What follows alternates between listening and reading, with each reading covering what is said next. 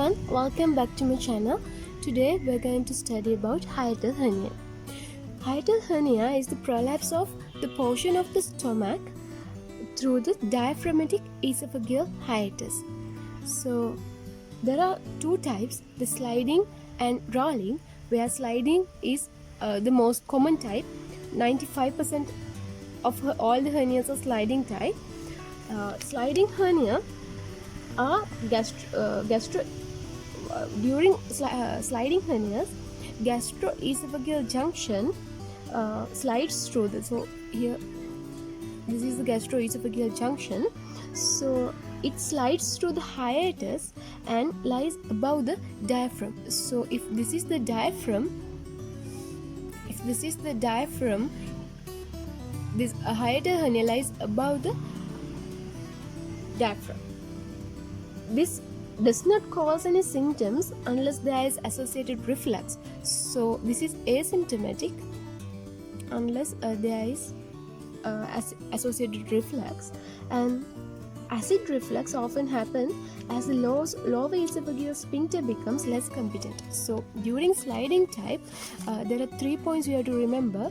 One is this is the most common type, this is the commonest, and second one is this is mostly asymptomatic except there is acid reflux, and acid reflux is due to the lower esophageal sphincter. If this is the esophagus, the lower esophageal sphincter is not competent, so this happens due to less competency of the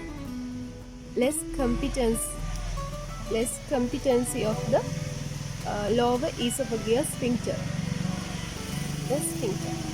Okay.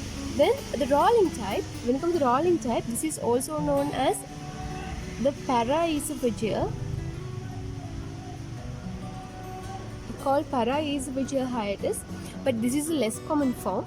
And what happens is here the gastric fundus, the fundus of the stomach, rolls up through the hiatus alongside the esophagus.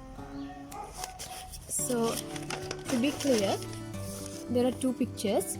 Here this one is the sliding type, where the stomach herniates above the diaphragm,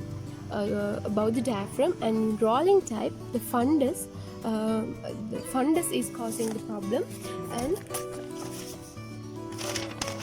during rolling type gastric fundus rolls up through the hiatus alongside the esophagus.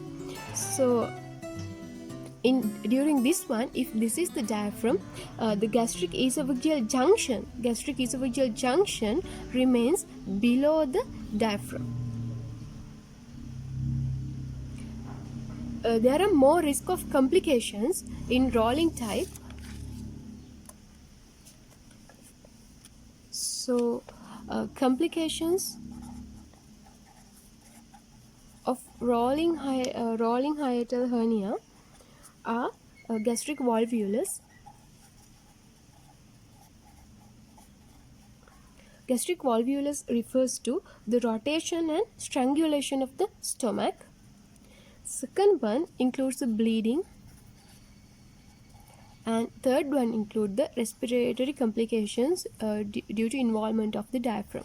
So respiratory complications.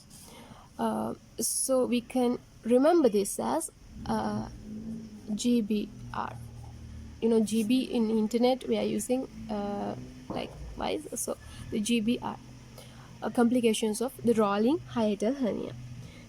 Usually this rolling type, this rolling hiatal hernia is treated surgically, and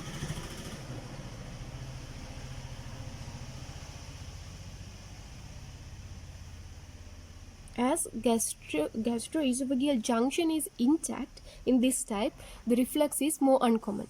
So to summarize, when you come to the hiatal hernias, the definition is the prolapse of the portion of the stomach through the diaphragmatic esophageal hiatus.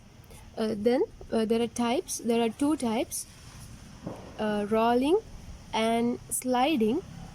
So remember the slides. just slides of a presentation. So slides are more common than rolling. So just remember, like when studying we see slides more than rolling, and we don't have time to roll. So these are the two types, and during sliding is more common and it is asymptomatic mostly, except the acid reflux. If there is acid reflux, it is due to involvement, less competency of the lower esophageal sphincter. Then in rolling type, this will lead to complications. There are three complications like G, B and R. G, B and R, where G stands for gastric alveolus, meaning the strangulation of the stomach, bleeding, and finally the respiratory complications. And this is also known as the paraesophageal hiatal hernia, and this is usually treated surgically. So one of the main differences between these two is that in sliding type there is acid reflux due to involvement of the gastric esophageal sphincter, but in rolling type there is no acid reflux because the gastroesophageal sphincter is not involved. For the risk factors, just remember this diagram where there is a old female. Just consider that she's old. So old obese female is having a large stomach, it's like ascites, and she's near a commode. So that means she's trying to go to the bathroom but she can't. That means she's having constipation and she's pregnant. So we'll draw a baby inside. Okay, so these are the risk factors. Old means age related. So when due to age there is loss of elasticity and there is muscle weakening, so this is mostly more than 50 years old. Then other one is the she's obese, so obesity. And third one is this large stomach, that is ascites. Then she's a female and she can't go to the washroom because she is having constipation. So constipation.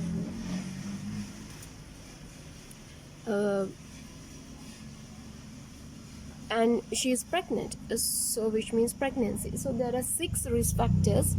So there are 6 risk factors for hiatal hernia. Clinical presentation is very easy to remember. That is, we call this is mostly asymptomatic, usually in sliding type. But if symptoms are present, that is of GORD.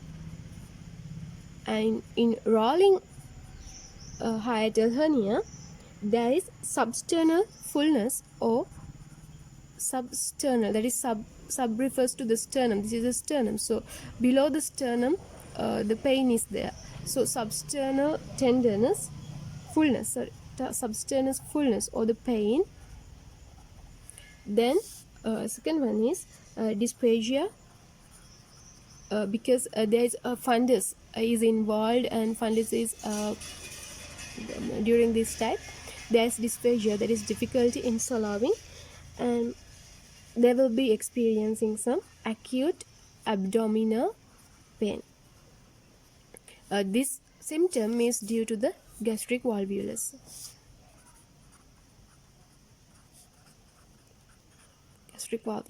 So we told that in rolling type only they will be developing more complications.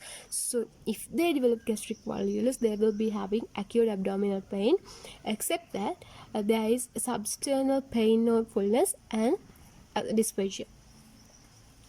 Okay. Investigations. The best investigation is the barium swallow.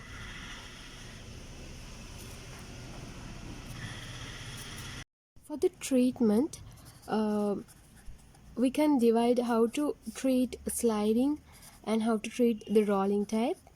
Usually sliding is asymptomatic, except sometimes it can have symptoms of GORD, where we have to treat the GORD first.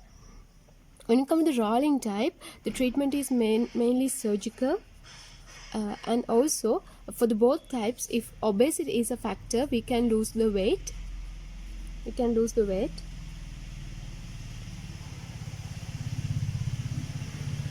Uh,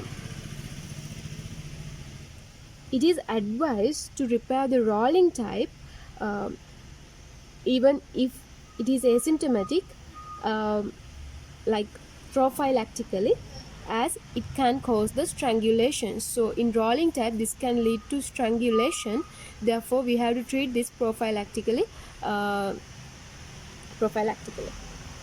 So mainly, the medical management of this hiatal hernia is the dietary modifications are there, because there is GORD, and there is some surgical treatment like laparoscopic techniques we can be used, and some lifestyle modifications like losing weight is an option for the hiatal hernia.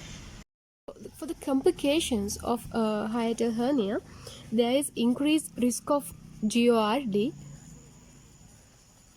and also there is esophagitis, that is inflammation of the esophagus.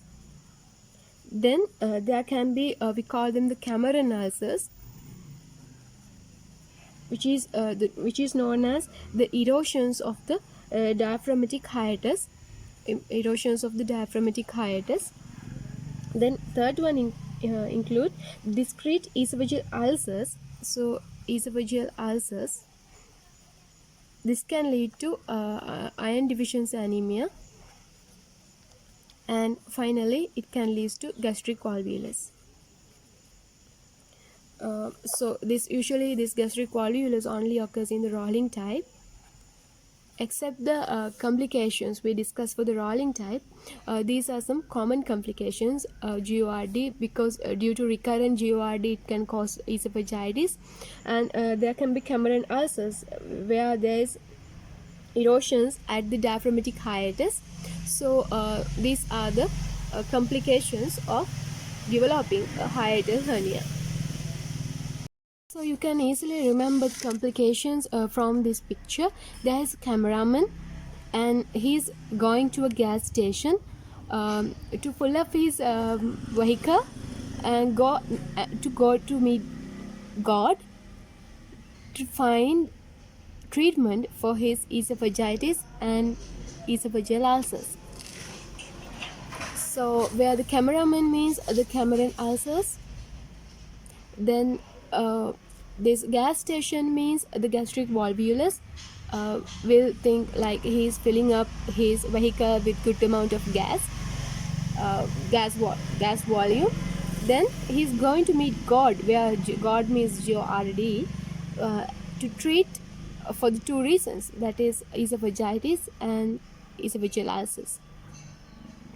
Then we'll just think for the ulcers, they are giving some iron tablets.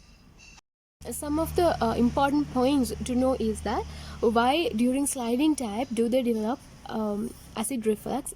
It is because due to loss of this oblique angle between the cardiac of the stomach and the esophagus. So that is the reason why it leads to the acid reflux. This is the first point you have to remember. And the second one is, it is stated that almost all the patients having 3, that is we call BOP. All the people who are having BOP, or we can call it as POB, or whatever you like. So B refers to the Barrett esophagus, or refers to the esophagitis, and P refers to the peptic stricture. So it is stated that almost all the patients having BOP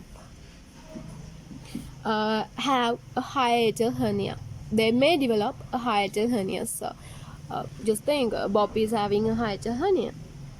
Then we discuss about the sliding and paraesophageal type, or the rolling type. So during sliding type, there is inflammation of the stomach with the esophagus. So there is inflammation of both.